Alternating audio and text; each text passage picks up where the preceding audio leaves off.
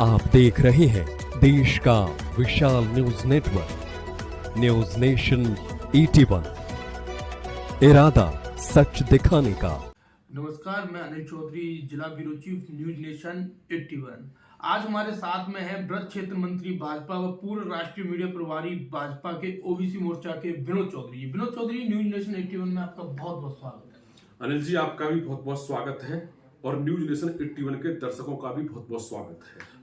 विनोद चौधरी, मेरे आपसे कुछ सवाल थे, जिसमें कि क्रमानुसार मेरा पहला सवाल है कि 22 जनवरी को अयोध्या में राम जन्मभूमि पर जो प्राण प्रतिष्ठा का कार्यक्रम हो रहा है, उसमें जो है जानने में आया है कि कुछ लोगों ने जो है, मैं नाम नहीं लेना चाहूंगा, जो है निमंत्रण स्वीकार नहीं किया है। उस बारे में क्या कहना चाहेंगे आप?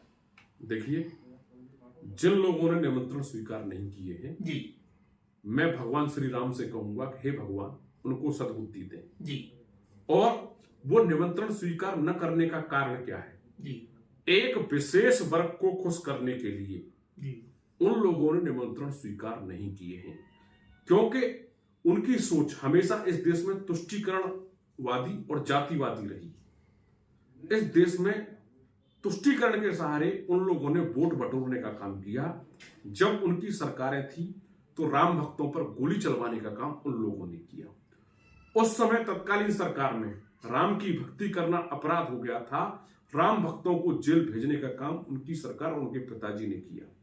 और जिन लोगों ने निमंत्रण नहीं स्वीकार किया है, 2007 में जब राम सेतु का विषय आया तो उन लोगों की सरकार ने यह कहा था कि राम सेतु है ही नहीं, राम है ही नहीं।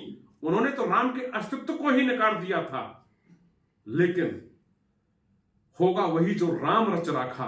आज वो लोग कहां हैं जिन्होंने राम के अस्तित्व को नकारा? मैं तो भगवान प्रभु श्री राम से फिर एक बार प्रार्थना करूंगा कि ऐसे लोगों को वो सद्बुद्धि दें। जी, एक सवाल आपसे यह है, भारतीय जनता पार्टी की सरकार को 10 साल हो गए, या फिर यूं कहें मोदी सरकार की 10 साल की क्या उपाधि है, क्या कहना चाहिए इसमें? अनिल जी, 10 साल में हमारी सरकार की जो उपलब्धियां हैं, 70 सालों में किसी भी सरकार ने इतना काम नहीं किया जितनी 10 साल मोदी सरकार ने और मोदी जी ने किया। 2014 में हमारी सरकार बनने के बाद हमने पहला काम महिलाओं की पीड़ा को समझा और उज्ज्वला के तहत गैस सिलेंडर देने का काम, पहला ही काम हमने किया। दूसरा, किसान सम्मान निधि देने का काम किया।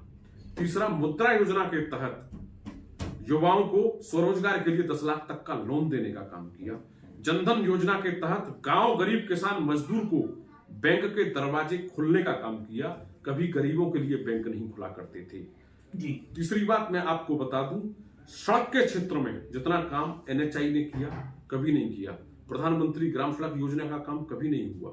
सिंचाई के क्षेत्र में प्रधानमंत्री कृषि सिंचाई योजना लेके आए, हर खेत को पानी देने का काम किया, हर घर को गंगा जल देने का काम किया।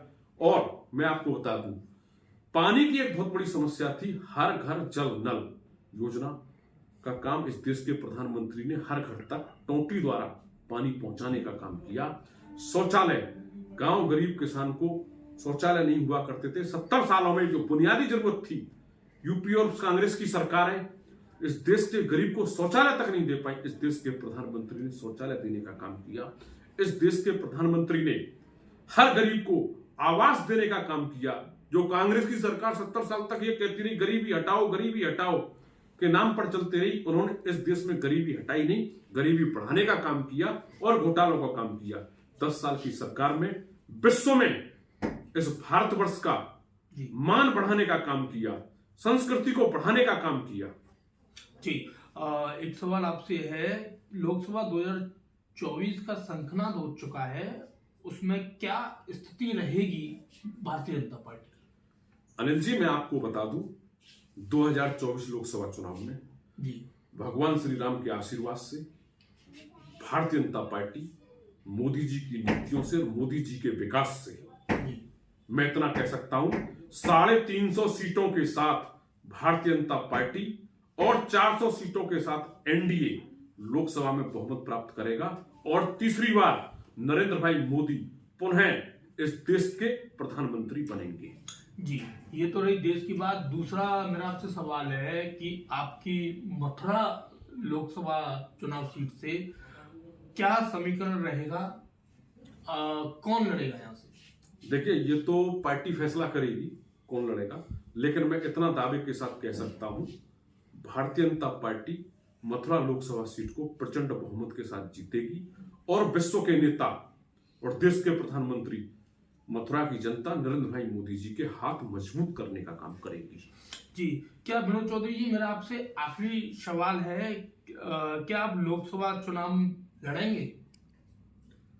ये बड़ा ही यक्ष प्रश्न है, इसका जवाब अनिल जी मेरे पास नहीं है, लेकिन मैं आपसे इतना कह सकता हूं, विनोद चौधरी भारतीय जनता पार्टी की अंतिम पंक्ति का सिपाही है और भारतीय जनता पार्टी का जो आदेश